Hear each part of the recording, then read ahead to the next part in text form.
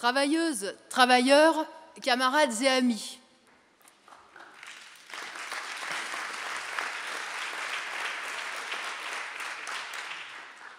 Il faut être naïf ou menteur professionnel pour voir dans les dernières annonces de Hollande un tournant politique.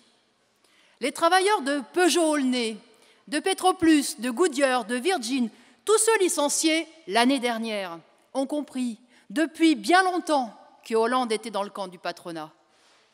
À qui les travailleurs doivent-ils la suppression de jours de RTT, la diminution, si ce n'est la suppression de primes et la généralisation de la flexibilité?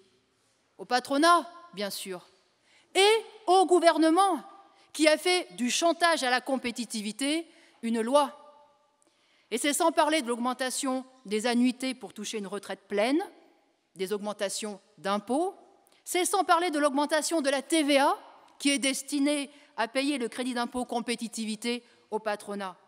Alors, les travailleurs n'ont pas besoin d'être experts politiques, ni de savoir si Hollande est socialiste, social-démocrate ou social-libéral, pour comprendre que c'est eux que le gouvernement enfonce depuis 18 mois dans la misère.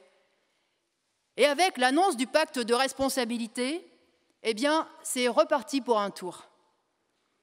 Oh, on peut dire que les médias sont heureux. Ils ont deux os à ronger, puisqu'ils ont aussi fait des coucheries de Hollande une affaire politique. Mais en ce qui concerne les travailleurs, le plus révoltant, c'est surtout tout ce cinéma qui est fait autour du pacte de responsabilité, présenté comme une nouvelle politique. Comme si cela ne faisait pas des décennies que tous les gouvernements baissent les charges au prétexte de créer des emplois.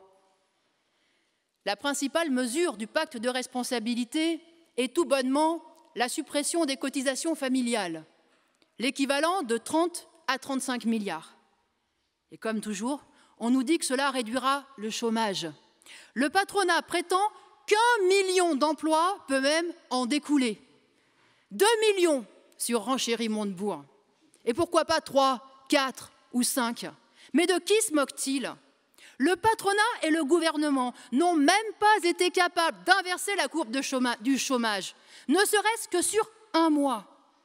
Depuis que Hollande est élu, il y a eu 500 000 chômeurs de plus et ils veulent nous faire croire qu'ils vont créer 1 million d'emplois. Depuis des décennies, plus il y a d'exonérations de cotisations et plus le chômage monte. La bataille pour l'emploi est le grand alibi pour imposer des reculs inédits aux travailleurs, pour permettre à la bourgeoisie de se servir directement dans les caisses publiques, pour augmenter les profits. Il n'y a aucune raison que les prestations familiales soient payées par le patronat, a eu le culot de dire Hollande. Eh bien si, la raison en est que le salaire est composé de deux parties. Une partie qui est versée,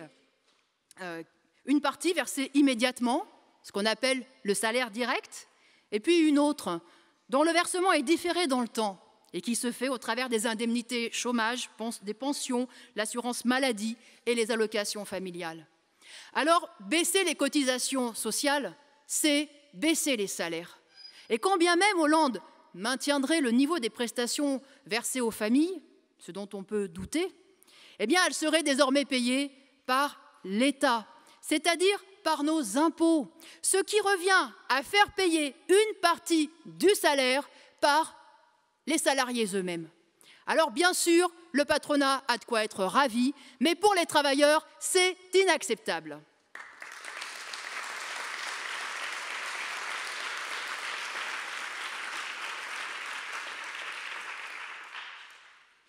Hollande prétend que les prestations familiales seront financées par des économies faites sur les dépenses publiques.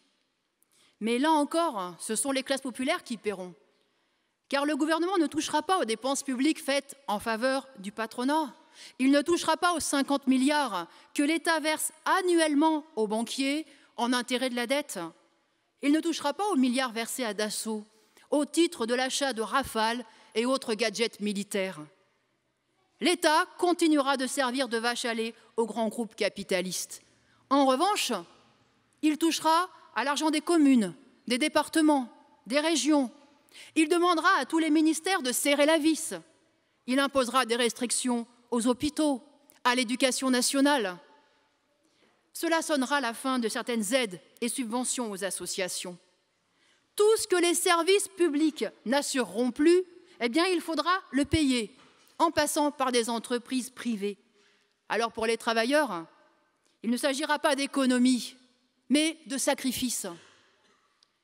Et pendant qu'ils nous joueront cette comédie du pacte de responsabilité, eh bien, les lettres de licenciement tomberont pour les travailleurs de Goodyear, pour ceux du transporteur Maurice Ducrot, pour les salariés de la Redoute, alors même que Goodyear fait des bénéfices, alors même que le groupe Pinault, qui vient de vendre la Redoute pour sous-traiter les licenciements, prospère. Alors qu'à la Bourse de Paris, le CAC 40 a augmenté de 15% en 2013 et que des centaines de milliards affluent à nouveau sur les marchés spéculatifs, eh bien, le gouvernement s'attaque aux salaires et aux droits des travailleurs. Oui, le gouvernement prétendument socialiste est passé corps et âme dans le camp de la bourgeoisie, mais cela ne date pas d'hier. Ce gouvernement est un ennemi des travailleurs. Eh bien, il faut le combattre avec la même détermination que l'on mettrait à combattre un gouvernement de droite.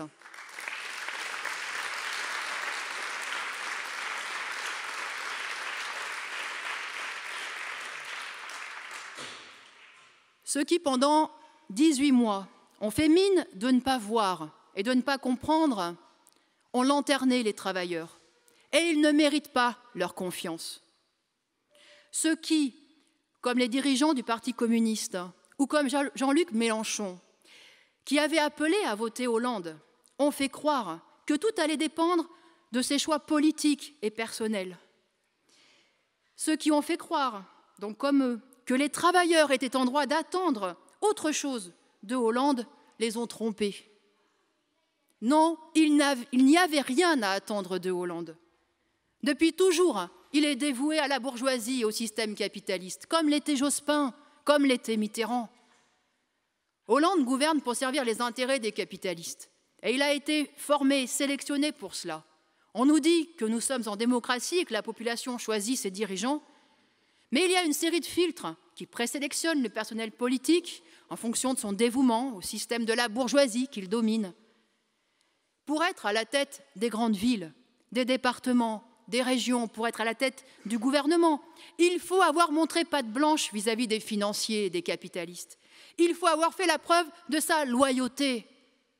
Oui, le gouvernement est payé pour mener une politique anti-ouvrière. Et tous ceux qui cachent cela mentent aux travailleurs. Tous ceux qui prétendent, comme Mélenchon, pouvoir gouverner autrement, en protégeant les intérêts des travailleurs, mais sans avoir à remettre en cause la domination de la bourgeoisie sur l'économie, la propriété privée des entreprises et les lois du marché sont des illusionnistes. Et ce n'est pas avec des illusions que les travailleurs pourront se défendre. C'est au contraire en étant conscients qu'au-delà du petit personnel politique, eh bien, il y a la bourgeoisie, les capitalistes, les licencieurs qui tirent les ficelles et que c'est à ce pouvoir-là qu'il faut s'attaquer.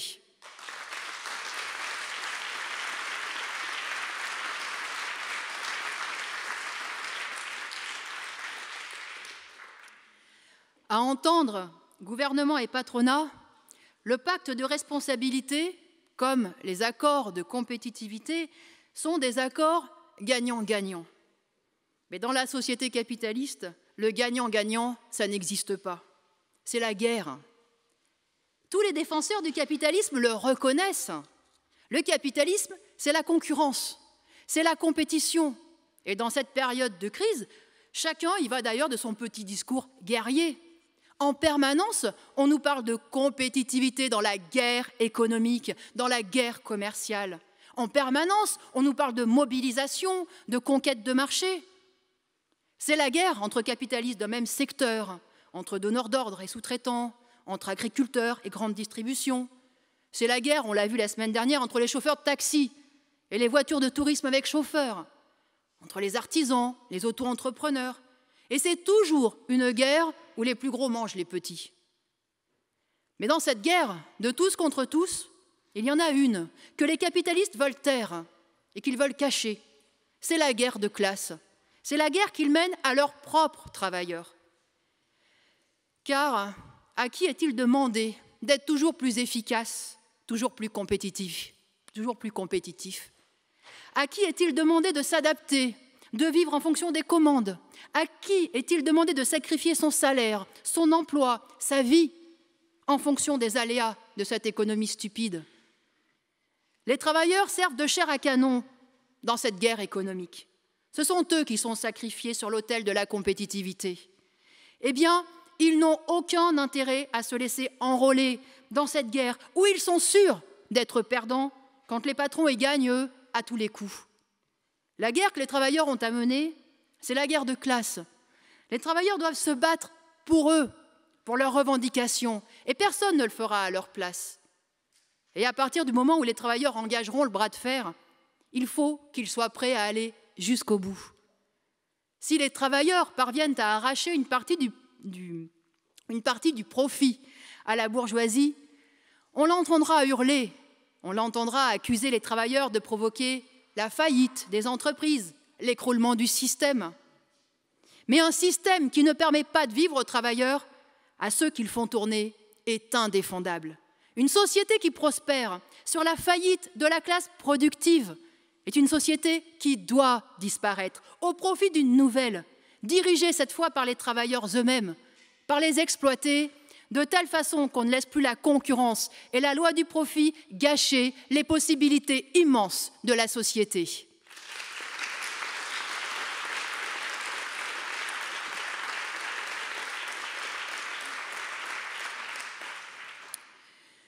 Oui, la lutte de classe existe, mais pour le moment, il n'y a que la bourgeoisie qui la mène. Et si les travailleurs ne la mènent pas, c'est aussi à cause de leur direction. Les grands partis de gauche, et le Parti communiste en premier lieu, ont une responsabilité majeure dans la démobilisation des travailleurs, et une responsabilité qui ne date pas d'hier. Le Parti communiste est resté longtemps loin du pouvoir. Né en 1921, ce n'est qu'au lendemain de la guerre, en 1945, qu'il est entré au gouvernement. Il y est resté 2 ans et n'y est revenu qu'en 1981, avec Mitterrand. Le Parti communiste a donc vécu le plus clair de son temps dans l'opposition. Mais même dans l'opposition, le Parti communiste a inculqué l'idée que la raison d'être de l'activité militante, c'était de gagner des voix, de gagner des places dans les institutions, de gagner les élections. Les tout premiers militants du Parti communiste, enthousiasmés par la révolution russe et révoltés par l'union sacrée entre le Parti socialiste et la bourgeoisie, avaient inscrit dans leurs chromosomes que seules les luttes massives de la classe ouvrière pourraient changer le sort des travailleurs. Mais pendant des décennies, la direction du Parti communiste leur a inculqué le contraire. C'était déjà trahir les intérêts des travailleurs. Dans l'opposition, le Parti communiste a critiqué, dénoncé. Il en a appelé à des manifestations et aux mouvements sociaux.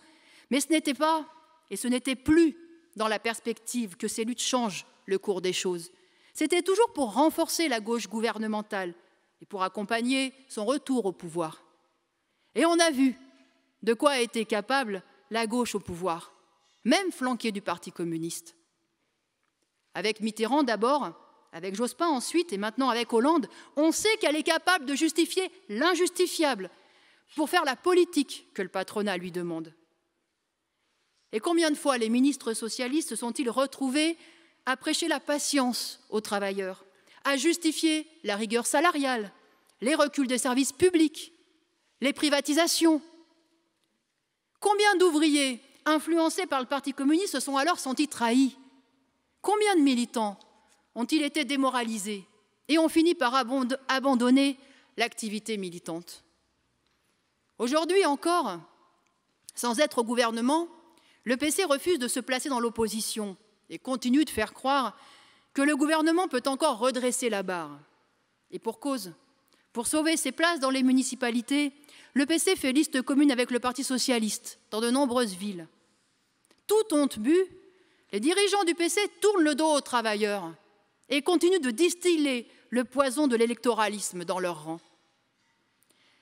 La politique du PC n'a plus rien d'une politique de classe. S'il leur arrive de critiquer la politique du gouvernement, c'est le plus souvent pour condamner Merkel ou les Américains, quand ce ne sont pas les Chinois, c'est l'Europe ou la mondialisation. En lieu et place d'une politique de classe qui proposerait aux travailleurs de se battre pied à pied contre le patronat, ils tendent aux travailleurs le miroir aux alouettes du chauvinisme et du protectionnisme. Mais en quoi les frontières peuvent-elles protéger les travailleurs de la domination du patronat et de l'exploitation? En quoi les frontières vont-elles empêcher les patrons d'écraser les salaires, d'imposer des horaires insupportables? Les capitalistes sont les maîtres de l'économie. Frontières ouvertes, frontières fermées.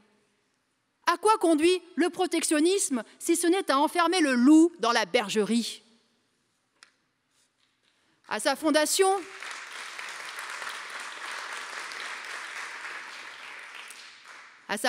le PC n'avait pas seulement pour perspective de faire reculer l'exploitation, mais c'était de la supprimer. C'était la perspective de renverser la société capitaliste et d'enlever à la bourgeoisie le pouvoir qu'elle a sur l'économie et son droit de mettre toute la société en coupe réglée. Eh bien, c'est avec cette perspective, avec les combats petits et grands qui y mènent, qu'il faut renouer.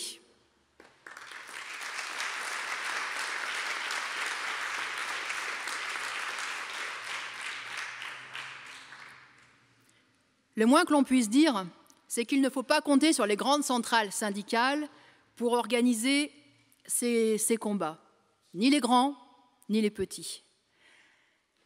Récemment, on a vu les syndicats de chauffeurs de taxi, les représentants des agriculteurs, des pêcheurs, les syndicats des routiers se lancer dans le combat contre le gouvernement. Qu'ont fait les dirigeants de la CGT, de FO ou de la CFDT, si ce n'est passer des heures et des heures à brader les intérêts des travailleurs en discussion avec le patronat?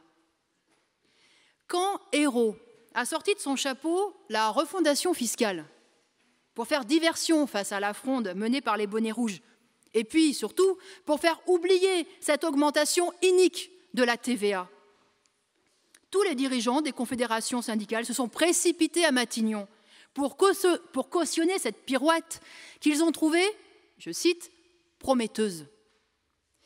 À l'annonce du pacte de responsabilité, tout ce que le dirigeant de la CFDT a trouvé à dire au gouvernement, c'est « chiche ».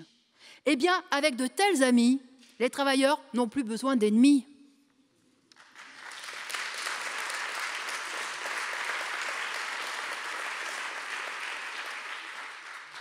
Comme ce fut le cas avec l'accord national interprofessionnel, la CFDT va participer à la mise en place du pacte de responsabilité et aider le gouvernement à faire passer la pilule auprès des travailleurs. Quant à la CGT et FO, ils dénoncent aujourd'hui à juste titre ce cadeau au patronat. Mais iront-ils jusqu'à refuser de participer à la grande messe organisée par le gouvernement avec le patronat? Il n'y a rien de moins sûr. Nous savons, parce que nous sommes militants, que les luttes ne se décrètent pas. Mais on peut et on doit dire aux travailleurs que la seule issue pour le monde du travail, c'est de lutter. Que rien n'a jamais été donné aux travailleurs. Tout ce qu'ils ont obtenu, ils l'ont arraché au patronat, par la grève, par les manifestations, non pas en discutant autour du tapis vert, mais en se faisant craindre du patronat. C'est à cette perspective qu'il faut préparer les travailleurs, et c'est justement ce que ne font pas les responsables syndicaux. Face à la séquestration par les ouvriers de Goodyear de leurs dirigeants, la direction de la CGT a déclaré que ce n'était pas de bonne méthode. Eh bien, Le Pen, le dirigeant de la CGT, n'est pas au bout de ses peines, parce que des explosions de colère comme celle-là, eh bien, il y en aura d'autres, parce que ce n'est pas avec sa politique que les travailleurs pourront se défendre. C'est avec les combats qui mèneront eux-mêmes, sur les mots d'ordre qu'ils auront décidés eux-mêmes et avec les méthodes qu'ils choisiront.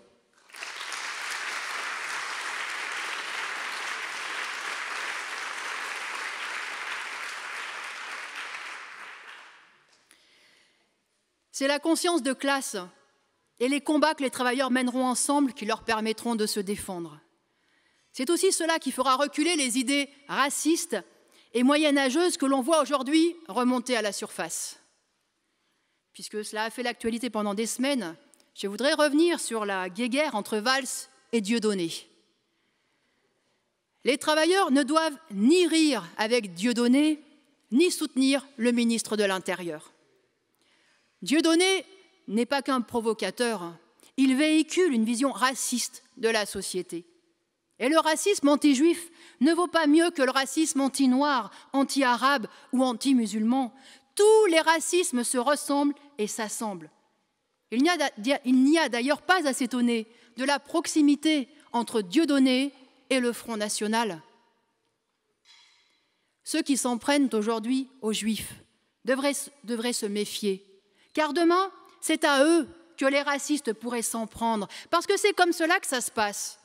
Quand on cherche des boucs émissaires, cela n'a pas de fin.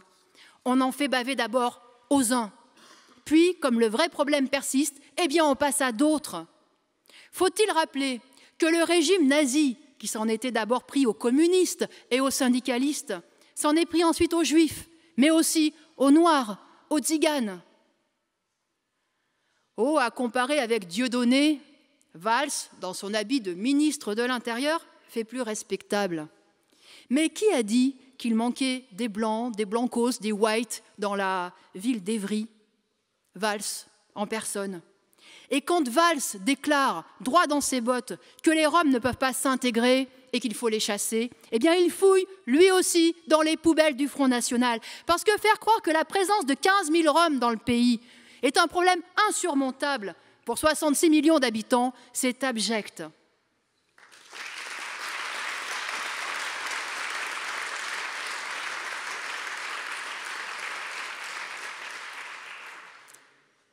Je ferai remarquer d'ailleurs que cela n'a pas ému grand monde à la direction du Parti socialiste. Alors, oui, de Dieudonné jusqu'à Valls, en passant par le Front national et l'UMP, chacun participe du climat nauséabond. Dieudonné en bouffon sinistre, antisémite jusqu'à l'obsession, Valls en cultivant des préjugés lourds de conséquences du haut de son ministère. Eh bien, les travailleurs ne doivent pas laisser pénétrer le poison raciste dans leurs rangs. Quelle que soit leur origine, leur nationalité et leur religion, ils sont unis dans le sort d'exploiter. Et c'est ensemble, dans le combat contre l'exploitation, qu'ils s'en libéreront. Dans le monde politique, il y a presque unanimité pour considérer que l'immigration est un problème ou qu'il y a trop d'immigrés. Mais dans les années d'après-guerre, dans les années 60 et 70, l'immigration était bien plus importante qu'aujourd'hui et elle n'était pas un problème. Pour les dirigeants patronaux et pour les gouvernants, c'était au contraire la solution pour construire le pays, pour faire tourner les usines. Et c'est le cas encore aujourd'hui. Aujourd'hui encore, ce sont les travailleurs immigrés qui se chargent des tâches les plus ingrates et les plus mal payées. Alors, il y a de quoi être révolté quand on entend qu'on ne peut pas accueillir toute la misère du monde. Parce que les immigrés ne viennent pas pour être des assistés, ils viennent pour travailler. Ils viennent pour gagner un peu d'argent, avoir de quoi envoyer à leur famille. Ils ne viennent pas pour prendre un HLM, un logement HLM à un autre. Ils viennent pour les construire. Quant à la misère,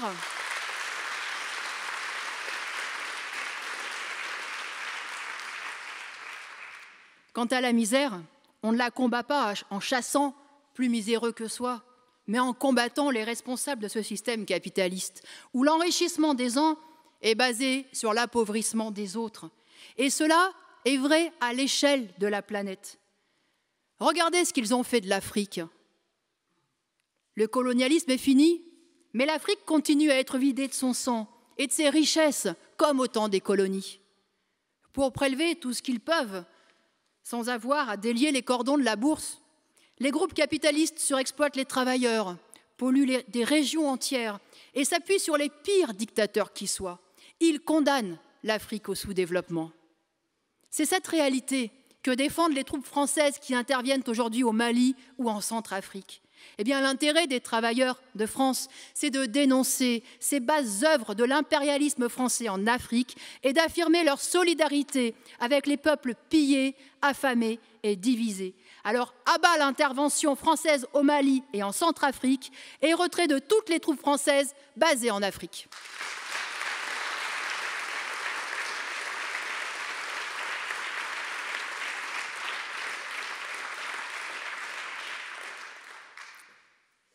Si des centaines de milliers de pauvres ne voient plus d'autre solution pour vivre que de tenter de passer clandestinement les frontières, au péril de leur vie, c'est tout simplement qu'ils ne peuvent plus y arriver dans leur pays.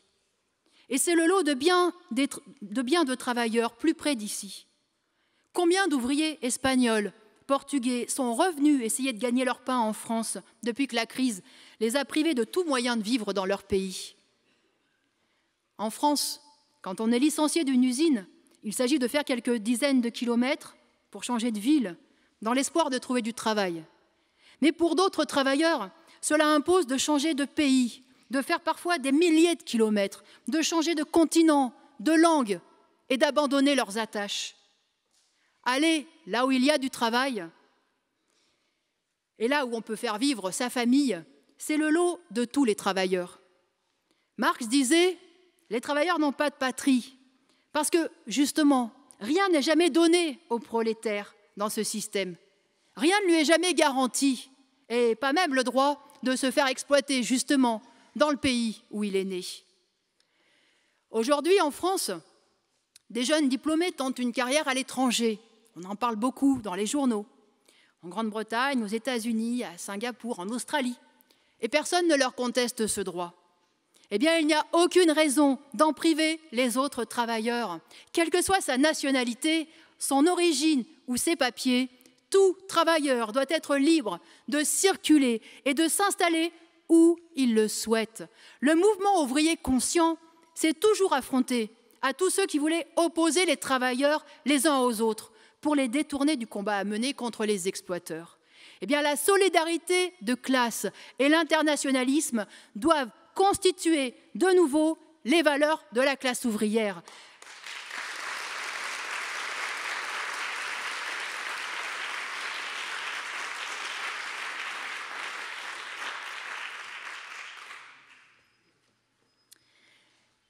La gravité de la crise actuelle, les menaces qu'elle fait peser sur la classe ouvrière et sur toute la société, la déconsidération du gouvernement de gauche feront mûrir les consciences. Personne ne peut deviner à quel rythme cette maturation se fera et à quel moment se produira ce basculement qui fera agir des millions et des millions de travailleurs refusant d'être lanternés alors que leur situation se dégrade. Dans les mois à venir, les travailleurs auront à s'exprimer dans les élections municipales d'abord, puis pour les élections des députés au Parlement européen. Eh bien, il faut que les travailleurs se saisissent de ces occasions pour montrer qu'il existe dans le pays une opposition ouvrière au gouvernement, pour montrer qu'il y a des travailleurs conscients de leurs intérêts et des luttes à mener. Et c'est pourquoi Lutte ouvrière présentera des candidats aux municipales dans de nombreuses villes, à Saint-Denis notamment, et dans toutes les circonscriptions aux européennes, pour que puisse s'affirmer le camp des travailleurs. Ces élections seront la première occasion qui sera donnée aux travailleurs de dire ce qu'ils pensent de la politique du gouvernement. Même si beaucoup tenteront de limiter la portée du vote aux enjeux locaux, il aura une signification nationale. Les votes en faveur des partis de la majorité présidentielle seront comptabilisés comme des votes favorables au gouvernement, fût-ce avec des critiques. Et les votes en faveur des partis de droite seront comptabilisés comme des votes en faveur du retour au pouvoir de ceux que les travailleurs ont subis du temps de Sarkozy. Quant aux votes en faveur du Front National, eh bien, ils seront comptabilisés comme des votes en faveur d'une politique plus répressive, une politique plus réactionnaire encore que celle de Sarkozy. Et il suffit de discuter un peu autour de nous pour savoir que certains travailleurs, des chômeurs, sont tentés d'exprimer leur colère en votant pour le Front National. Ils pensent ainsi mettre un coup de pied dans la fourmilière. eh bien, il se trompe lourdement. Depuis quelques années, le Front National a compris que son électorat réactionnaire, composé d'anciens de l'Algérie française, de racistes ou de grenouilles de bénitier, ne lui permettrait pas d'accéder à la mangeoire. Alors, comme tout bon démagogue, la famille Le Pen s'est diversifiée.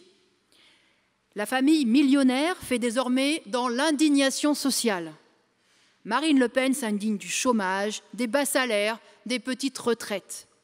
Toutes choses qui font croire à ceux qui ne savent plus à quel saint se vouer ou à quel diable se vouer, qu'elle défend les ouvriers. Alors qu'en réalité, elle fait comme tous les autres. Elle dénonce la situation des travailleurs, mais elle promet surtout au patronat de gérer leurs affaires mieux que les autres. Elle leur promet une meilleure croissance économique, de meilleurs profits. Et si elle arrive au pouvoir, elle tiendra, comme tous les autres, cette promesse au patronat avec la peau des travailleurs.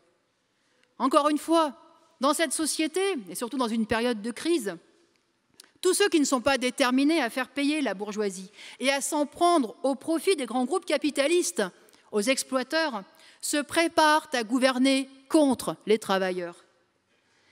D'ailleurs, Le Pen ne s'en cache pas. Ceux qu'elle veut faire payer, ce sont les immigrés, c'est-à-dire un grand nombre d'entre nous. Eh bien, cela suffit pour faire du Front National un ennemi mortel pour les travailleurs. Et ceux parmi les exploités qui envisagent de voter pour le Front National en se disant qu'il faut les essayer ou que c'est juste pour un coup, se tirent une balle dans le pied, parce que leur vote se retournera contre eux, parce qu'il sera interprété comme une critique du gouvernement sur sa droite. Les votes venant des pauvres se mélangeront avec ceux des pires réactionnaires, avec ceux des petits patrons anti-ouvriers qui rêvent de faire disparaître le SMIC, le RSA, les syndicats. Il se mélangera avec ceux des racistes. Leur vote pèsera peut-être, mais il pèsera dans le sens contraire aux intérêts des travailleurs. Voter Front National sera interprété comme l'exigence d'une politique plus dure contre les syndicats, dure contre les travailleurs qui veulent s'organiser et se défendre. Alors non, le vote Front National n'est sûrement pas le vote de la colère, c'est le vote de la résignation. C'est le vote de tous ceux qui, faute de vouloir se battre contre la dictature patronale, inventent des boucs émissaires.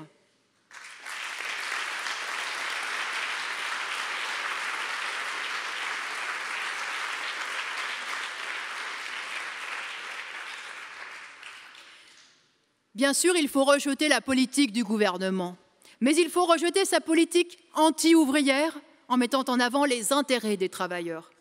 N'en déplaise à tous ceux qui pensaient que Hollande ce serait moins pire que Sarkozy, c'est pire.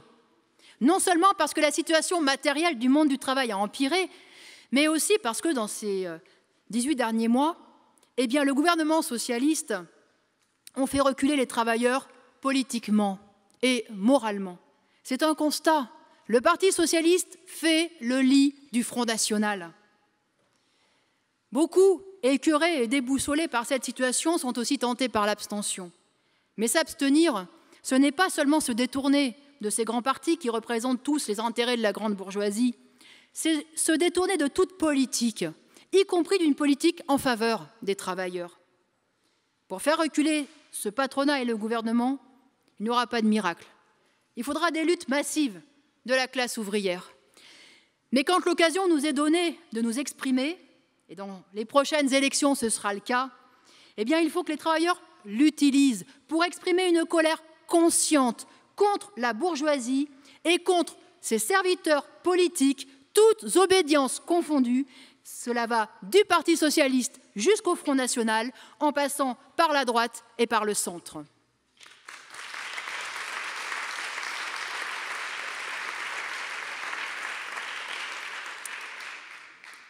Oui, les 2 prochaines élections seront l'occasion pour les travailleurs d'affirmer leur volonté de se défendre contre les licenciements, contre la démolition de leur pouvoir d'achat et contre l'aggravation de l'exploitation.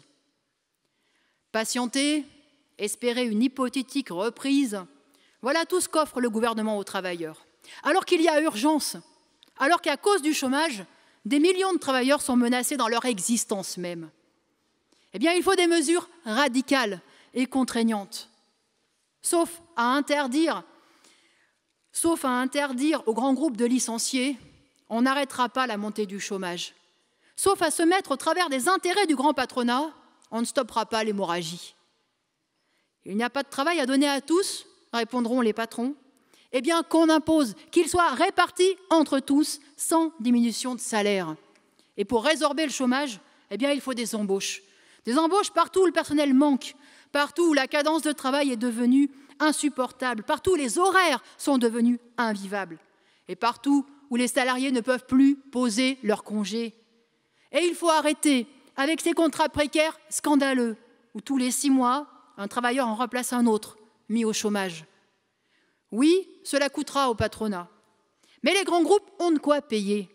Et à défaut, eh bien qu'ils puissent dans les fortunes accumulées par les grands actionnaires. Quant aux difficultés des plus petites entreprises, c'est à celles plus riches d'y parer, et aux banques. L'État a aidé les banques en prétendant qu'elles étaient indispensables pour financer l'économie. Eh bien qu'elles le fassent. Mais les travailleurs, eux, ils n'ont pas à être sacrifiés pour les entreprises éclopées du système capitaliste. Ces objectifs ne sont irréalistes que si l'on considère que les fortunes de la bourgeoisie sont intouchables. Mais dans une société normalement constituée, l'évidence imposerait qu'en période de crise, l'argent serve d'abord à sauver les emplois, à ce qu'il y a de plus essentiel et de plus vital à la population. Les actionnaires, les banquiers, le grand patronat ont de quoi voir venir, pas les classes populaires.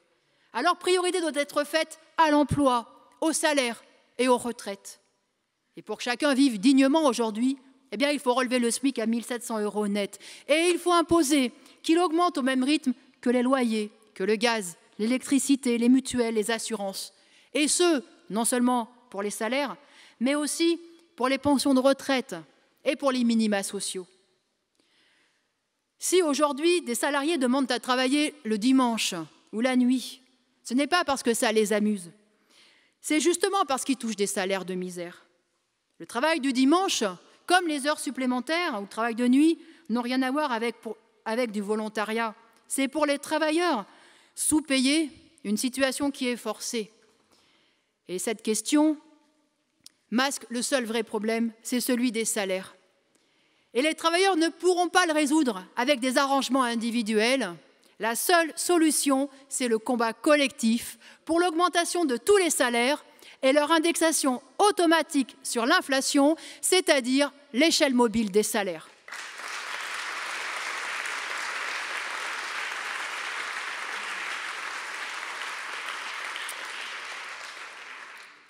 Ce sont des revendications élémentaires. Et à travers cet objectif, les travailleurs ne font que revendiquer leur droit à la vie. Mais même cela, c'est trop pour la bourgeoisie. Vous connaissez son discours, il n'y a plus d'argent, augmenter les salaires, embaucher, c'est impossible. Le pays a un problème de compétitivité. C'est pourquoi ces deux objectifs sont liés à un troisième, celui de contrôler les comptes et les décisions de la bourgeoisie. Parce qu'on ne peut pas et on ne doit pas croire sur parole les dirigeants de la bourgeoisie. Les mêmes qui expliquent qu'ils ne peuvent plus payer leurs cotisations pour la sécurité sociale versent 200, 300 fois le SMIC à leur PDG. Les mêmes qui refusent d'augmenter les salaires au rythme de l'inflation trouvent tout à fait normal de verser des retraites chapeaux, de verser des dizaines de millions aux grands actionnaires, millions qui seront ensuite dilapidés dans des caprices de riches ou pire encore, dans la spéculation. Oui, le grand patronat a érigé le mensonge en art de gouverner. Eh bien, pour savoir la vérité, les travailleurs n'ont pas d'autre solution que d'aller mettre leur nez eux-mêmes dans les comptes, éplucher toute la comptabilité. Et ils auraient ainsi la preuve qu'on leur ment.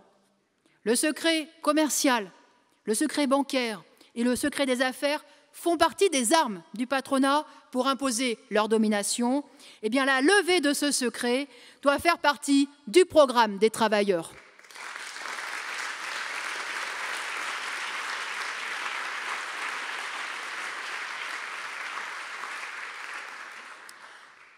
La mobilisation générale ne se décrète pas et il ne dépend pas d'un petit groupe ni d'aucun parti de changer la société.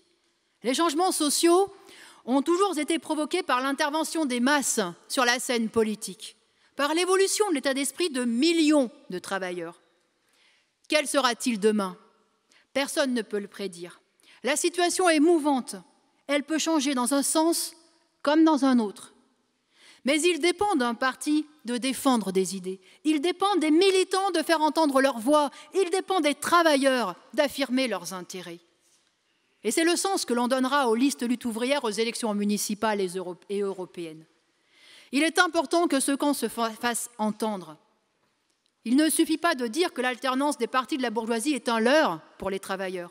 Il faut surtout qu'émerge un parti qui représente les intérêts politiques et économiques de la classe ouvrière. Ce parti n'existe pas aujourd'hui.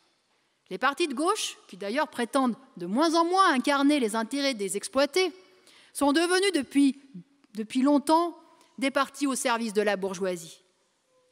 Ce parti ne pourra surgir que si des milliers, des dizaines de milliers de travailleurs reprennent confiance en eux et en leur classe et s'engagent sur le terrain de l'activité militante. Les élections peuvent faire franchir un pas, si petit soit-il, dans cette direction. Ces élections permettent de faire au moins un geste politique sans ambiguïté. Elles permettent d'affirmer la dignité ouvrière, la fierté d'appartenir à une classe sociale qui produit tout et fait vivre la société.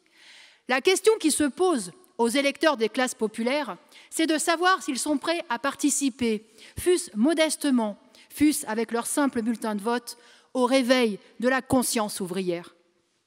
Chacun peut y contribuer aussi en participant à la campagne électorale, en cherchant à convaincre autour de soi, sur son lieu de travail, dans son quartier, dans sa famille. Quelques hirondelles ne font pas le printemps, mais elles peuvent l'annoncer.